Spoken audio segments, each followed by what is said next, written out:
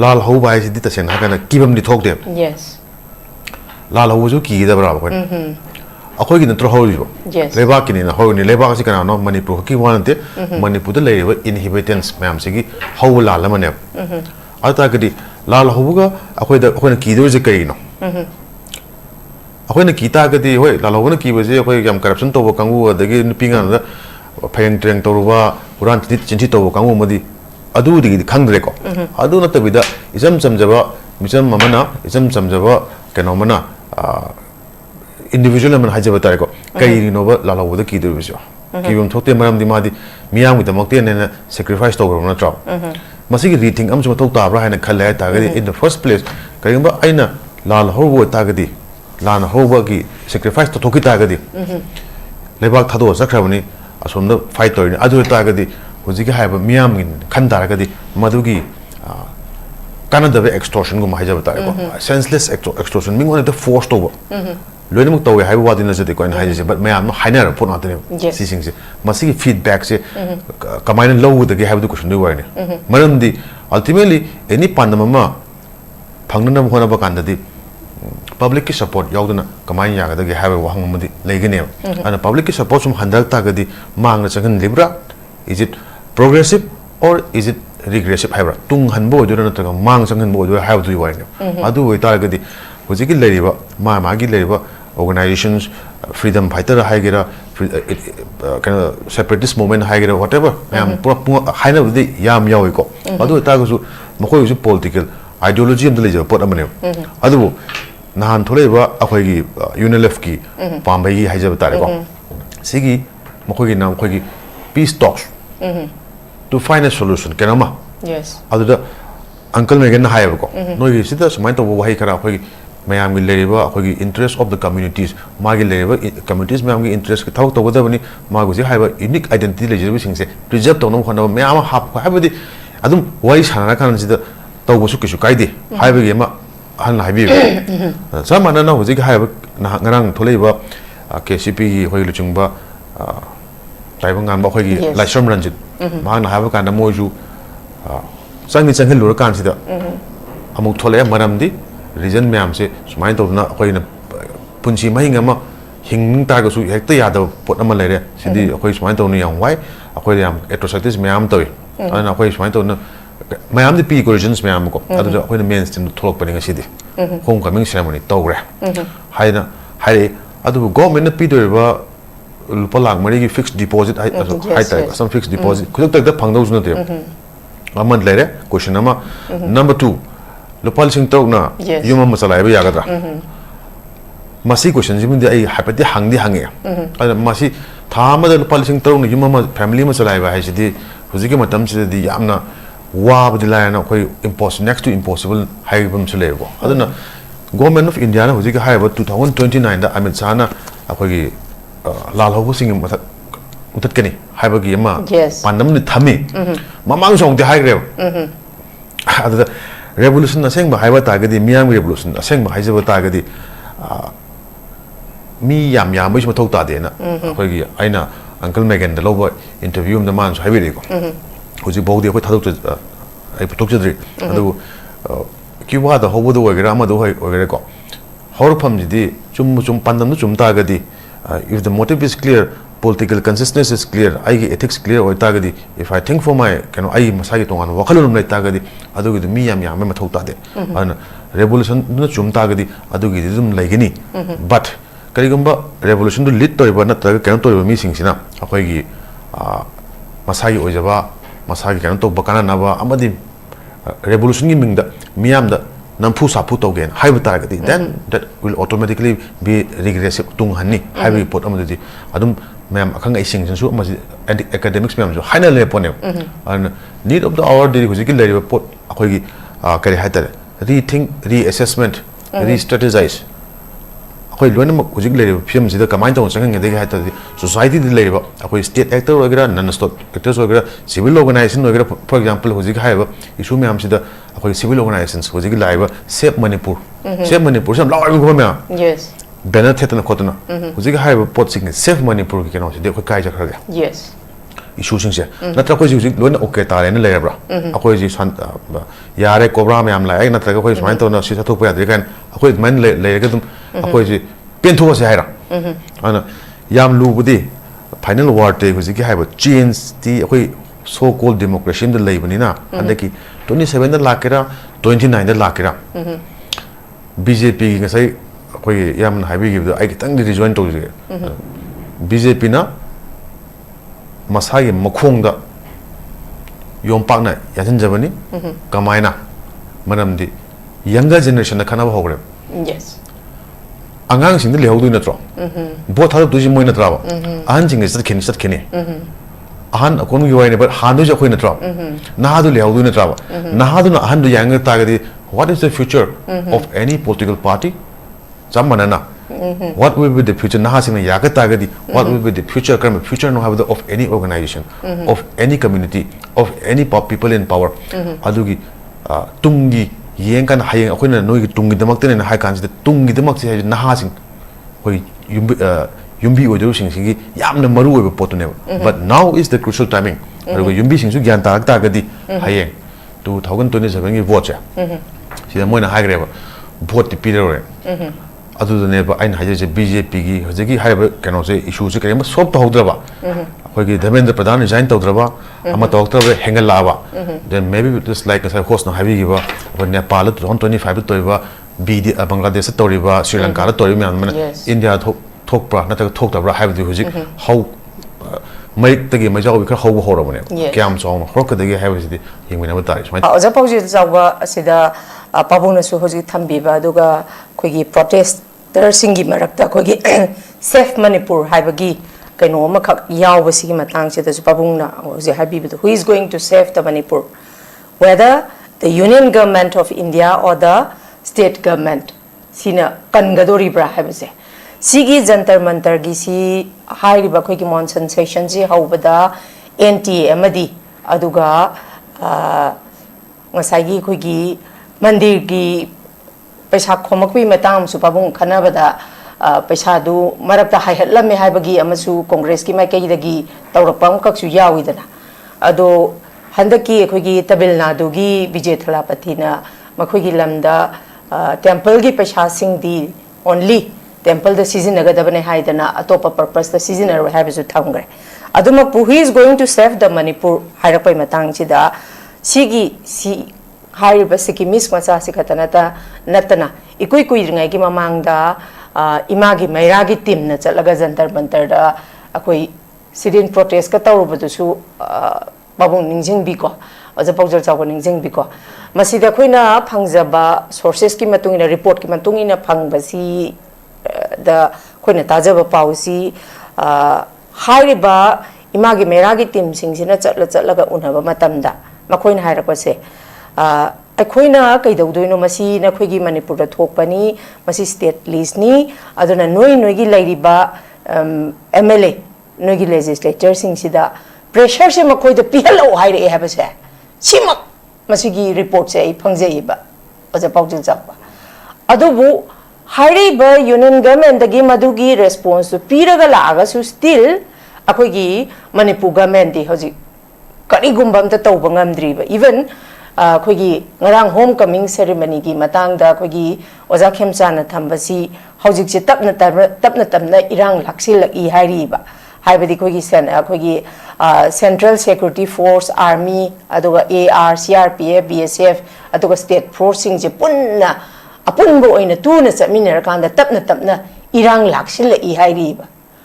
irang se laksil agadi ngarang handa खोगी kupina mai thabadu thagadra adu issue si thoibe issue sing si solution jing asibo amata phangdriba makhoi taruk tawagi mi mari phare haire trongla amata phangdriba adu bo karamba ground da irang je tapna laksila ino haiba si ju miyamna hangba yaba wahangni adu ka ngasagi chatlu rakanda nakhoigi hairiba MLA legislature sing china pressure pihallu hairaba phawba khangasibo ta makhoina kemta tawba ngamdabase even atop state ki macha amana bok safe Manipur haira basi bok ta khoi gi lairi ba mayam gi representative sing chida makhoi da kem ta moi gi mana da kem chang de ba Sigi matangsi kamai changhan doino makoi da kem darkar oide. Mana pai ba horok da lambi yam phare lambi thong se me hare babung hojik lambi loi potholes ne. Akhoi gi mayai lambi gi horok pada ka function amada contractor sing da kokhatana toini thake abo manung de loisan doino kaina. Khoi mayai lambi gi si thau chung ya dra bane ba. Kari no sine da tauri si. Lambi se me hai lambi du su quality maintain taude adagi irangi solution si porakte government of India the pressure people sungamde aja Paojel Chaoba kari karam be assessment pibe aja Paojel Chaoba gi point of view da hoigi assessment ti hoigi tongan be issue myam se yam lei man gi na ko haibde haibde myam lambi thongi chaba phangdabagi IDP gi ko sigumba akhoi problem sing se adumatik yam badagi akhoi Manipur myam se kari hai tare ngale ga ojiki mi hat chi bisu ngale kaw gi ba adagi lami phata bisu ngale ong kaw gi ba ko ID problem ngatang le ong kaw gi ba matang sum sakhiu do haina bam sum wer hang de ko khoi aduga kari hai tare adum swai da dum akhoi dum as masi akhoi gi Manipur gi problem sing me am le ri bani na akhoi se Kaibung ju ta leiba haibadi ahum thong segai ba haitar Naga singi area ma Kuki singi area ma Maiti singi area ma ko haibase trifurcation nam taw le sigi mathak sida akhoi gi leiba political situations di akhoi cabinet bo expand to ngamdri yes proper oiba department sing sigi magi minister ma hapang ngamdri ko aduna akhoi hujik leiba laingak se taseng na kyam kuina chakada wono hai di magi mandate ti kuiroi ha mari mangau tanga na mani if kayam election lagta gadi lagta kana amane ko adu hojiki lai film je di akhoi myam se loina mak adum irang amada adagi yamna achoba violence am sum makan se myam gi akhoi atop keno myam haijaba tare ko issue myam haijaba tare karam issue no haiba kan se da hojiki naha sing thengnari ba adugumba issue haijaba tare akhoi gi tung da hok toriba yumbi sing na thengnari ba adugumba issue karam bano khwai maru eba khunayam da khwai maru eba pot khara si kari no haiba kan si da akhoi gi education haiba simadi khwai gi maru eba adugumba sector amne nokje education sector sida akhoi gi leiriba naha sing sina makoina ayuk nungthin nungdang tumdana honna jara kan da exam pass tawon honna rakpa makhoi kai haitare future se maduna shape to doine aduda ayuk nungdang khangdana yam confident to ne yes aina sigi kano exam se kano ngam crack to ngamani highway makhoi da at least hope amadile yamuni makhoi da masal thazabam lenguni makhoi parents sing ju khalanguni bai icha se lai su am tam tara gadi si bawding ngamni ko han yes parent amade assessment to din akhoi na poi bi icha oi bani ko adu ta gadi huji haiba naha sing sina huji gi haiba mohoi kum tongan man NET kata sunat tek CBA sigi leiba leina akhoi yam leigre hai tare tongan ba akhoi issues me ama all over the country ko India gi leiba country sing sta adu masigi issues sing si tackle to bungam the government haijaba tare ko akhoi gi center de pariba akhoi gi lenga adu kano na te yamna ngai bi nate maram de sayon manupa mana akhoi prime minister waramani na akhoi gi education minister di lai haita manupa na dum or sum ya ran khale ko ana masine akhoi ji leiba cabinet ki union cabinet ki kano se par larik haita su kisu kai de akhoi gi Dharmendra Pradhan du akhoi gi lai haita su kisu kai de ikai ba kitang khangam mathau tai no ikai ba khang ma ji kamai to ke the mai macha ma su myam du na a whole generation next generation amana nang yare oja akhoi chatpiro akhoi myam nang sung pam dre haina sonam wangsu haibu no pa sina akhoi gi activist na thola kan ji ma ji ma masagi na te tori ba hunger strike to hayeng kun tung da hok to ba naha sing ji future sing kan ma chara helise adu ta ga di hojiki naha sing sina akhoi gi makta smain to bi de haya kan si da tongan ba momentum ma sum gather tori urak eba khoi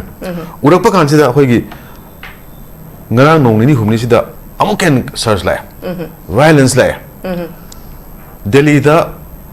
ai matam kuire matung da lathi charge to kai je khoi ta da kuire hai tare ko adu matung da smai to na center ni adagi administrative center ma oi bani aduna hojiki mafam sida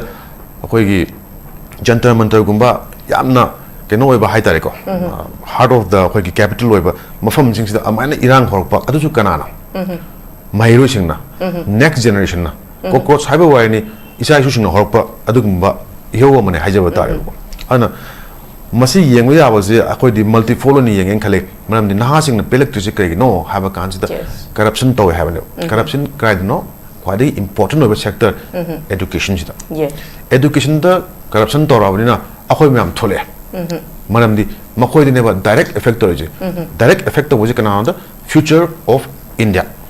ko Manipur gu yor ni se du akoi high future je masi ge je kai gu yu akoi gi yamna corrupted over system sakita ga Canada un la ke kan mo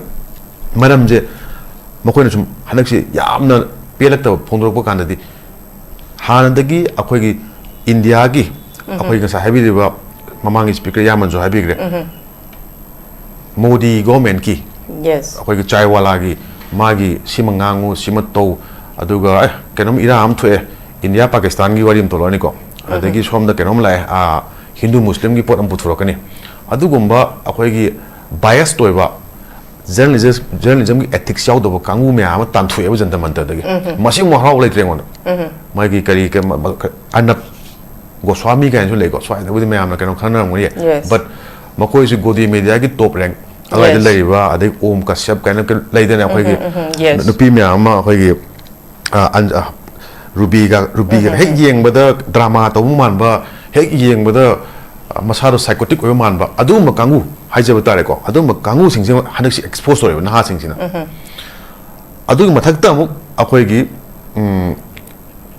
figures haijaba tare role model ha kan sida akhoi an thaina Manipur da sima yang ba kan na akhoi gi Hindi film ya ngai da Amir Khan haiba nu pas nang nau na thole ngi sida akhoi kayamat se kayamat tak ana ma yeng yes akhoi hos yeng biam bia te marum pang sing yeng biam bia ko 70s ki da le kangu sing hatar 70s generation of kangu sing sina ada masi sima je pram hit chale power akoi sum sima yang pagi sum tok padi khale kan ban tok re ko adu matung da mokoi na number sima ma yam phaje na akoi ge 3 edit haibra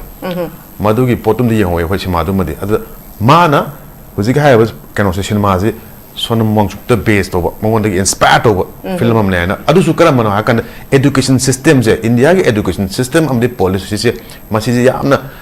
kano mechanical oiba system am oire masi je mahiro sing sida kai hata makhong ji sogot pa out of the box thinking tambi ba adu system am tre have ne education ga mai le na hai tar hujik phag ra pun ga kan su mokoi moron mo thol ten hai adu gen ji ne hujik attack tor pa kan si de moi dong attack to hore tongan ba khoi gi kari ai tare politicians yauna politician budi dum lejare re ko film star hai tare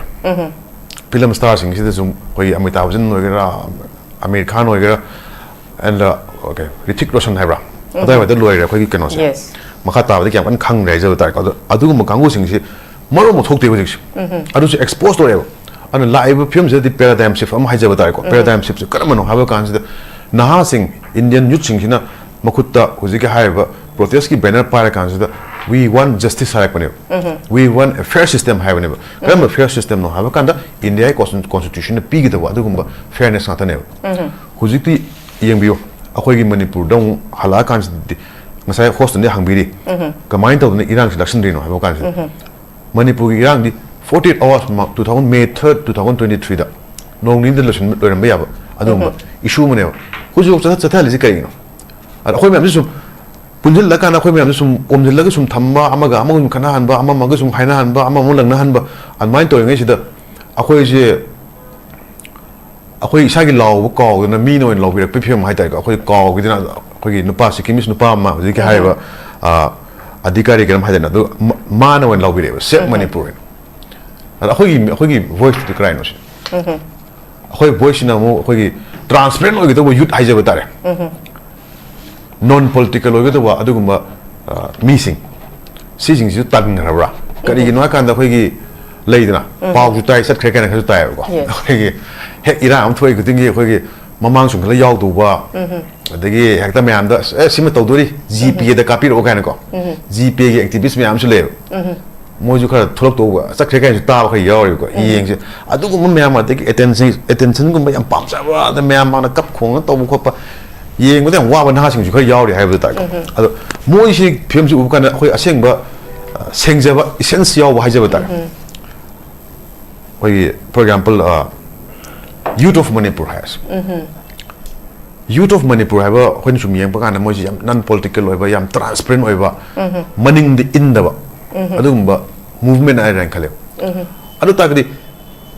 huji ji hangning mam le ta de na sing ji crash hage akoi Manipur ki na sing ji crash hage da irrespective of community gi wai ni kon hai jai mai te ka ta gi wan ja ma gi wan sun te but the youth of Manipur have moina mai te youth naga youth adu youth adai pangal youth in harm them youth of Manipur have adugi missing the cry cha khage na sing the cry cha khage have natraga lei ri film sing na akoi woman gi na sing woman gi na akoi gi kharak pam yaw bai tare ana akoi to si da kana mo ji lethargic orak na adugum film da lei gra but the need of the hour is moi gumba yamna transparent oita ba yamna selfless oiba amadi yamna taseng na ha kana da tungi damakta matik chaba adum yumbi wo do mi sing krai ja khage have na ha sing krai ja khage have and of course adu mathak ta mu khoi gi mai roi kamu myam su le ko tongan ba sangsan myam mo ju sem phim da mo chap kha ra kan si da khoi ju mai magi canon le jabani na khoi gi adu da habi jabi myam le jabani ko adu potu da khoi gi national importance oiba education ga mai le na ba youth movement ka mai le na ba sigum ba di yaw ji khoi tal ba jala akoi Manipur da problem me am le na khoi smai to na sigi problem sing sing yaw ha ha ba habi phim oibra akoi ni khangje ning je aduna akoi su taseng na har kan da revelation ha ba ji mit pangthok pai ji akoi sei yam ta ka su ngasi da pangthok pa yaw ri ai ba pangthok ta ngai de american ji kha ga yin ngam ne sulung si dre ba ji natra mai si ma matang tholo ba na khoi yeng de la na khoi angang sin da wai sin pa si ya na boi ko to film lai aduna akoi gi hujig leiba present moments da de akoi an kharo oiba akoi miyai chalak pa mathak ta leiba sing sing na akoi leiri ba na sing se sidai sida kitang advice suggestions adagi akoi solidarity hai dai ko sem utpi da kan sida ulau da ta ga di haye moina kitang hena fajarak pa timing ama natraga kitang hena nungak ta timing ama da akoi gi yam ba do madu nu pa do pra aduni duni akoi baji do no pam thula hai ronga amna akoi ipa du BJP yaw ne pra huram ne hai akoi protest makta yes hai bane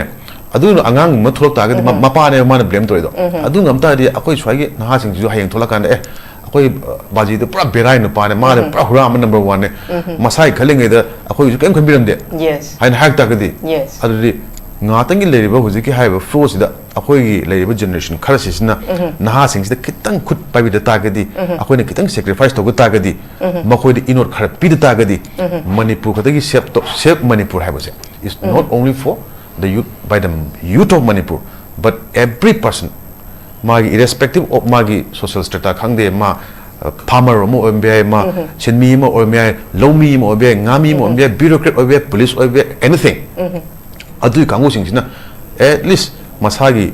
ojabo sing du kitang thadok pera kan sida tungi da mota khala kan sida khajitang sig timing sida wa nga hong draba kitang to hodra ba no is no how draba gray area se gray dadum lehla sina hai ta gadi save Manipur se masigi ji oi but save Manipur se kanana save to goda ga da mapane la amin to don te UN la to don te it is to be saved by the Manipuris akoin to jagda pone adugi mathangi process to di electoral process to kem laksani ko amai thamjage but youth ki hoji movement ti yamna maru oiba matam amo oire and the Manipur needs the youth of Manipur needs to make a stand up amai thamjage okay thank you very much Marik Chumba warol thambiri oja Paojel Chaoba dong laksage oja Paojel Chaoba safe Manipur sida Manipur se kanna bohona bada koi gi village volunteers ke ama koi thawai thagre kaigino hai ko da live tongan ba paramilitary forces BSF oiro army boiro adu da natana koi private militia ne hai da na bo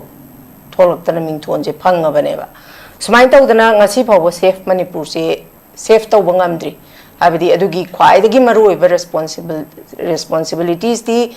lengakna lawgadabanina adumapu sigi maraksida chairaksida mu aikoina Manipur sina India gi phiba nungda tin kibada akhoi si dumak tongan ta jagi haidana India lengak India gi mathakta khulai pairaga lal hoba sing si akhoi gi mainstream da hanjara agi haidana 2023 dagi UNLF ki pambai gi faction kangbu mam halakrabani ngasi ngarang mak homecoming ceremony KCP gi PWG gi makhoi nifu ga taruk nupi mari yauna khoi masi homecoming ceremony pangtoktana khulai sinari bane kwa sumain tawdana sisu ta seng harakanda laibak Manipur se kange Manipur gi damakta India gi phibanong da tin gi basi akhoi gi mangjabani haidana akhoi si lal ho ba moina revolutionary wa ma oina changi base time to time maning hala ibasi karigino haiba wahang amasu hangba yari ba oza Paojel Chaoba makhoi sisu ta seng habdi 2029 boki manungda north east ki extremist insurgency group si loi muthat kani haiba amasu Ministry of Home Affairs na thokpa kaino makaksu laigre aduna hairiba siga hairiba khoigi lairiba khoigi insurgency group sing sina sumaina surrender tawraba matungda tawibasi India lengakna thakpa langda makhoi sisu thukrabra haibagi wahang amasu oza Paojel Chaoba laiba aduna sigi maraksida kari haini law and order sidi pura failure oire adagi economic pura sobanina hingnabagi lanpamda means of existence da khulai pairaga thokhiba singsu miyamna thajabasi makhoida thamamba thajabasi mangsilakba ngamna ba hingbada masi punamakti good governance ama laitabagi achauba mami makhakneba oza Paojel Chaoba aduna ngasi sumaina ima leibaki damakta mama leibak pu nungsijaba sing makhoida khulai pairaga ima leibak kangani haidana thokiba singchu tongan faction thoga surrender tawraga homecoming ceremony pangthorakpa makhoigi su jahi ahum bokdi tha amda lupa lising taruk pigani hai lupa lakh mari masu makhoigi amnesty pigani hai babudi tai aduma pusmaina makhoida maning hanba makhak lakpa aduga miyamna makhoida noma gi thajaba mangak pase sigi matang sisu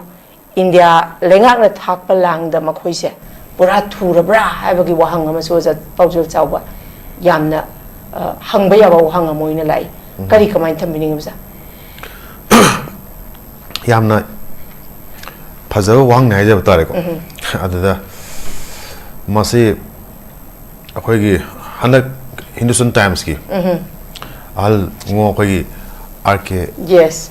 sanayama mas akhoi gi nupi mo chada nupi na wang am hange akhoi gi former chairman de ko manam hai akhoi gi nupi hange ko nang thole ba akhoi gi nahol sing sina mo gi support to do bra natra adali horibu no pa keno du support to do bra haina mo na hange aduda huziki decisions di akhoi gi former chairman ko mi di yes mo ne kema peace process to tholoke why chanake haibo ta kasu adu so ai kisu kaide moina pamba adugumba step amane khongthang amane mogi political wa initiative amane peacefully when a way chanage haibo ju kisu kaide adu UNLF di hana no paramde 1980 da adai dagi haw matung sida akoi late 92 dai gumada kulai pai ba khoropane initially adu kulai pai ba khudi maksu khoi ta mi ta hat na tup na khotna tawna te kulai pai ba gi political agenda mali political kanoma da kari hajaba ta issue ma hajaba ta aduni haina an hai adalai ba kangu singsu mogi kanoma ni wakal lona mani sida thole ju tongan ma mani adu almaina haire aduga hojiga haibu nupi su wang pohum yam phajade India go haibu godi mi demo da amadi lai adu uncle megal na yamna phajaba mongom da without losing his cool hai tare ko am gyan ta na khume hai tare adu provoke to no ho na potam le akoi da alla man gi su respect mi yo do mom su u hai ja tare ko ꯑꯩꯈꯣꯏꯒꯤ ꯃꯤꯁꯨ ꯃꯥꯒꯤ political ideology ꯑꯃꯗ ꯆꯠꯆꯕ ꯃꯤ ꯃꯌꯥꯝ ꯌꯥꯎꯔꯝꯒꯅꯤ ꯂꯥꯜ ꯍꯧꯕꯒꯤ ꯍꯧꯖꯤꯛ ꯍꯥꯏꯕ ꯑꯪꯀꯜ ꯃꯦꯒꯦꯟꯅ ꯍꯥꯏ ꯁꯨꯃꯥꯏꯅ ꯑꯩ ꯁꯨꯃꯥꯏꯅ ꯇꯧꯅ ꯆꯍꯤ 40 ꯍꯦꯟꯅ ꯀꯠꯊꯣꯔꯛꯑꯕꯅꯤ ꯑꯗꯨ ꯑꯩ ꯍꯧꯖꯤꯛ ꯃꯌꯥꯝꯒꯤꯗꯨ ꯃꯇꯦꯡ ꯄꯥꯡꯅꯤ ꯈꯨꯠꯂꯥꯏ ꯄꯥꯏꯗ ꯇꯥꯔꯒꯁꯨ ꯍꯥꯏꯅ ꯍꯧꯖꯤꯛꯀꯤ ꯏꯟꯇꯔꯚ꯭ꯌꯨꯁꯤ ꯍꯥꯏꯖꯕ ꯇꯥꯔꯦꯀꯣ ꯑꯗꯨꯅ ꯑꯩꯈꯣꯏꯅ ꯂꯥꯜ ꯍꯧꯕꯒꯤ ꯏꯟꯇꯔꯄ꯭ꯔꯤꯇꯦꯁꯟ ꯑꯃ ꯄꯤꯕꯒ ꯂꯥꯜ ꯍꯧꯕꯒꯤ ꯍꯧꯗꯣꯛꯄ ꯑꯩꯈꯣꯏ ꯐꯥꯎꯟꯗꯤꯡ ꯂꯤꯗꯔꯁ ꯑꯃ ꯍꯥꯏꯖꯕ ꯇꯥꯔꯦꯀꯣ ꯃꯗꯨꯅ ꯍꯥꯏꯔꯛꯄ ꯋꯥꯍꯩꯗꯨꯒꯗꯤ ꯑꯍꯜ ꯂꯤꯃꯣꯟꯅ ꯍꯥꯏꯕ ꯋꯥꯍꯩꯗꯣ ꯑꯗꯨꯅ ꯍꯦꯟꯅ ꯂꯨꯝꯕ ꯇꯥꯕꯅꯦ ꯌꯥꯝ ꯁꯦꯡꯅ ꯍꯥꯏꯖꯕ ꯇꯥꯔꯒꯗꯤꯀꯣ ꯑꯗꯨꯃꯥꯏꯅ ꯆꯞ ꯃꯥꯟꯅꯕ ꯃꯥꯒꯤ ꯑꯍꯟꯒꯤ ꯃꯈꯥꯗ ꯂꯩꯕ ꯃꯊꯛꯇ ꯂꯩꯕ ꯃꯌꯥꯝ ꯑꯃ ꯂꯩꯔꯝꯃꯔꯣꯏ ꯃꯈꯥ ꯊꯥꯕ ꯄꯥꯔꯇꯤ ꯇꯣꯉꯥꯟ ꯇꯣꯉꯥꯟꯕ ꯂꯩꯔꯝꯒꯅꯤꯀꯣ ꯅꯍꯥꯔꯣꯟꯒꯤ ꯂꯨꯞ ꯃꯌꯥꯝ ꯍꯥꯏꯖꯕ ꯇꯥꯔꯦ ꯃꯣꯏꯁꯨ ꯇꯣꯉꯥꯟ ꯇꯣꯉꯥꯟꯕ ꯃꯣꯏ ꯄꯥꯔꯇꯤꯒꯤ ꯑꯣꯏꯕ ꯀꯣꯟꯁꯇꯤꯇ꯭ꯌꯨꯁꯟ ꯂꯩꯖꯔꯝꯒꯅꯤ ꯇꯣꯉꯥꯟ ꯇꯣꯉꯥꯟꯕ ꯃꯣꯏ ꯃꯤꯠꯌꯦꯡ ꯂꯩꯖꯔꯝꯒꯅꯤ ꯑꯗꯨꯕꯨ ꯍꯧꯖꯤꯛ ꯉꯁꯥꯏꯒꯤ ꯍꯣꯁꯅ ꯍꯥꯏꯕ ꯑꯗꯨꯃꯥꯏꯅ ꯑꯩꯈꯣꯏꯒꯤ ꯂꯥꯜ ꯍꯧꯕ ꯍꯥꯏꯁꯤꯗꯤ ꯇꯁꯦꯡꯅ ꯍꯥꯏꯔꯀꯥꯟꯗ ꯀꯤꯕꯝꯗꯤ ꯊꯣꯛꯇꯦ ꯂꯥꯜ ꯍꯧꯕꯁꯨ ꯀꯤꯒꯗꯕ꯭ꯔꯥ ꯑꯩꯈꯣꯏꯒꯤ ꯅꯠꯇ꯭ꯔꯣ ꯍꯧꯔꯤꯕ ꯂꯩꯕꯥꯛꯀꯤꯅꯤꯅ ꯍꯧꯔꯤꯅꯤ ꯂꯩꯕꯥꯛ ꯑꯁꯤ ꯀꯅꯥꯅꯣ ꯃꯅꯤꯄꯨꯔ ꯈꯛꯀꯤ ꯋꯥ ꯅꯠꯇꯦ ꯃꯅꯤꯄꯨꯔꯗ ꯂꯩꯔꯤꯕ ꯏꯟꯍꯤꯕꯤꯇꯦꯟꯁ ꯃꯌꯥꯝꯁꯤꯒꯤ ꯍꯧꯕ ꯂꯥꯜ ꯑꯃꯅꯦꯕ ꯑꯗꯨ ꯇꯥꯔꯒꯗꯤ ꯂꯥꯜ ꯍꯧꯕꯒ ꯑꯩꯈꯣꯏꯅ ꯀꯤꯗꯣꯏꯁꯦ ꯀꯔꯤꯅꯣ ꯑꯩꯈꯣꯏꯅ ꯀꯤ ꯇꯥꯔꯒꯗꯤ ꯍꯣꯏ ꯂꯥꯜ ꯍꯧꯕꯅ ꯀꯤꯕꯁꯦ ꯑꯩꯈꯣꯏ ꯌꯥꯝ ꯀꯔꯞꯁꯟ ꯇꯧꯕ ꯀꯥꯡꯕꯨ ꯑꯗꯒꯤ ꯅꯨꯄꯤ ꯉꯥꯡꯅꯗ ꯐꯌꯦꯡ ꯇ꯭ꯔꯦꯡ ꯇꯧꯔꯨꯕ ꯍꯨꯔꯥꯟ ꯆꯤꯟꯊꯤ ꯇꯧꯕ ꯀꯥꯡꯕꯨ ꯑꯃꯗꯤ ꯑꯗꯨꯗꯒꯤꯗꯤ ꯈꯪꯗ꯭ꯔꯦꯀꯣ ꯑꯗꯨ ꯅꯠꯇꯕꯤꯗ ꯏꯆꯝ ꯆꯝꯖꯕ ꯃꯤꯆꯝ ꯑꯃꯅ ꯏꯆꯝ ꯆꯝꯖꯕ ꯀꯩꯅꯣ ꯑꯃꯅ individual ꯑꯃꯅ ꯍꯥꯏꯖꯕ ꯇꯥꯔꯦꯀꯣ ꯀꯩꯒꯤꯅꯣꯕ ꯂꯥꯜ ꯍꯧꯕꯗ ꯀꯤꯗꯣꯏꯕꯁꯨ ꯀꯤꯕꯝ ꯊꯣꯛꯇꯦ ꯃꯔꯝꯗꯤ ꯃꯥꯗꯤ ꯃꯤꯌꯥꯝꯒꯤꯗꯃꯛꯇꯦꯅ ꯁꯦꯀ꯭ꯔꯤꯐꯥꯏꯁ ꯇꯧꯈ꯭ꯔꯕ ꯅꯠꯇ꯭ꯔꯣ ꯃꯁꯤꯒꯤ ꯔꯤꯊꯤꯡ ꯑꯃꯁꯨ ꯃꯊꯧ ꯇꯥꯕ꯭ꯔꯥ ꯍꯥꯏꯅ ꯈꯜꯂꯦ ꯍꯥꯏꯇꯥꯔꯒꯗꯤ ꯏꯟ ꯗ ꯐꯥꯔꯁ ꯄ꯭ꯂꯦꯁ ꯀꯔꯤꯒꯨꯝꯕ ꯑꯩꯅ ꯂꯥꯜ ꯍꯧꯕ ꯑꯣꯏꯇꯥꯔꯒꯗꯤ ꯂꯥꯟ ꯍꯧꯕꯒꯤ ꯁꯦꯀ꯭ꯔꯤꯐꯥꯏꯁ ꯇꯧꯊꯣꯛꯈꯤ ꯇꯥꯔꯒꯗꯤ ꯂꯩꯕꯥꯛ ꯊꯥꯗꯣꯛꯑ ꯆꯠꯈ꯭ꯔꯕꯅꯤ ꯑꯁꯣꯝꯗ ꯐꯥꯏꯠ ꯇꯧꯔꯤꯅꯤ ꯑꯗꯨ ꯑꯣꯏꯇꯥꯔꯒꯗꯤ ꯍꯧꯖꯤꯛꯀꯤ ꯍꯥꯏꯕ ꯃꯤꯌꯥꯝꯒꯤ ꯈꯟ ꯇꯥꯔꯒꯗꯤ ꯃꯗꯨꯒꯤ ꯀꯥꯟꯅꯗꯕ ꯑꯦꯛꯁꯇꯣꯔꯁꯟꯒꯨꯝꯕ ꯍꯥꯏꯖꯕ ꯇꯥꯔꯦꯀꯣ ꯁꯦꯟꯁꯂꯦꯁ ꯑꯦꯛꯁꯇꯣꯔꯁꯟ ꯃꯤꯉꯣꯟꯗ ꯍꯦꯛꯇ ꯐꯣꯔꯁ ꯇꯧꯕ ꯂꯣꯏꯅꯃꯛ ꯇꯧꯋꯦ ꯍꯥꯏꯕ ꯋꯥꯗꯤ ꯅꯠꯆꯗꯦꯀꯣ ꯑꯩꯅ ꯍꯥꯏꯖꯩꯁꯦ ꯕꯠ ꯃꯌꯥꯝꯅ ꯍꯥꯏꯅꯔꯕ ꯄꯣꯠ ꯉꯥꯛꯇꯅꯦꯕ ꯁꯤꯁꯤꯡꯁꯦ ꯃꯁꯤꯒꯤ ꯐꯤꯗꯕꯦꯛꯁꯦ ꯀꯃꯥꯏꯅ ꯂꯧꯒꯗꯒꯦ ꯍꯥꯏꯕꯗꯨ ꯀꯣꯏꯁꯟꯗꯨꯒꯤ ꯋꯥꯔꯤꯅꯤ ꯃꯔꯝꯗꯤ ꯑꯜꯇꯤꯃꯦꯠꯂꯤ ꯑꯦꯅꯤ ꯄꯥꯟꯗꯝ ꯑꯃ ꯐꯪꯅꯅꯕ ꯍꯣꯠꯅꯕ ꯀꯥꯟꯗꯗꯤ ꯄꯕ꯭ꯂꯤꯛꯀꯤ ꯁꯞꯄꯣꯔꯠ ꯌꯥꯎꯗꯅ ꯀꯃꯥꯏꯅ ꯌꯥꯒꯗꯒꯦ ꯍꯥꯏꯕ ꯋꯥꯍꯪ ꯑꯃꯗꯤ ꯂꯩꯒꯅꯦꯕ ꯑꯗꯨꯅ ꯄꯕ꯭ꯂꯤꯛꯀꯤ ꯁꯞꯄꯣꯔꯠ ꯁꯨꯝ ꯍꯟꯊꯔꯛ ꯇꯥꯔꯒꯗꯤ ꯃꯥꯡꯗ ꯆꯪꯍꯟꯂꯤꯕ꯭ꯔꯥ ꯏజ్ ꯏꯠ ꯄ꯭ꯔꯣꯒ꯭ꯔꯦꯁꯤꯞ ꯑꯣꯔ ꯏజ్ ꯏꯠ ꯔꯤꯒ꯭ꯔꯦꯁꯤꯞ ꯍꯥꯏꯕ꯭ꯔꯥ ꯇꯨꯡ ꯍꯟꯕ ꯑꯣꯏꯗꯣꯏꯔꯥ ꯅꯠꯇ꯭ꯔꯒ ꯃꯥꯡ ꯆꯪꯍꯟꯕ ꯑꯣꯏꯗꯣꯏꯔꯥ ꯍꯥꯏꯕꯗꯨꯒꯤ ꯋꯥꯔꯤꯅꯦꯕ ꯑꯗꯨ ꯑꯣꯏꯇꯥꯔꯒꯗꯤ ꯍꯧꯖꯤꯛꯀꯤ ꯂꯩꯔꯤꯕ ꯃꯥꯒꯤ ꯂꯩꯔꯤꯕ organizations freedom fighter haigera kind of separatist movement haigera whatever yam pura hainabudi yam yawiko adu tagusu makoi usu political ideology am leje pot amane adu nahan tholeiba akhoigi UNLF ki pambai gi haijaba tare ko sigi makoi gi nam khoi gi peace talks